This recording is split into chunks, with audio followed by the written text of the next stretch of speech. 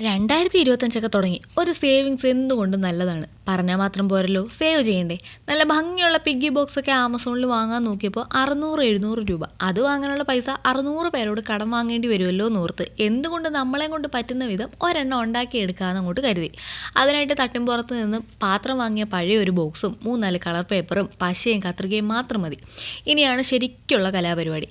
2 colour paper ഒരുമിച്ച് ഒട്ടിച്ച് റെഡിയാക്കി അങ്ങോട്ട് എടുക്കണം.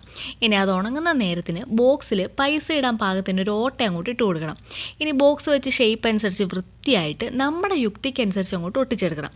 ആദ്യം ഒരു ഇത്തിരി കയ്യിൽ നിന്ന് പോകും, പക്ഷെ പരിശ്രമിച്ചിടുകിൽ എന്തിനേയും വശത്തിലാക്കാൻ കഴിവുള്ള വണ്ണം ദീർഘമാം കരങ്ങളാണല്ലോ നമുക്കുള്ളത്.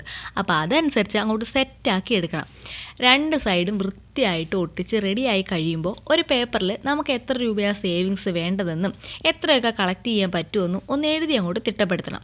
എൻ്റെ ടാർഗറ്റ് ഒരു 5000 രൂപയാണ്. ചുമ്മാ ഇരിക്കട്ടെ എന്ന്, ഇനി എങ്ങാനും ബിരിയാണി വിളമ്പിയാലോ.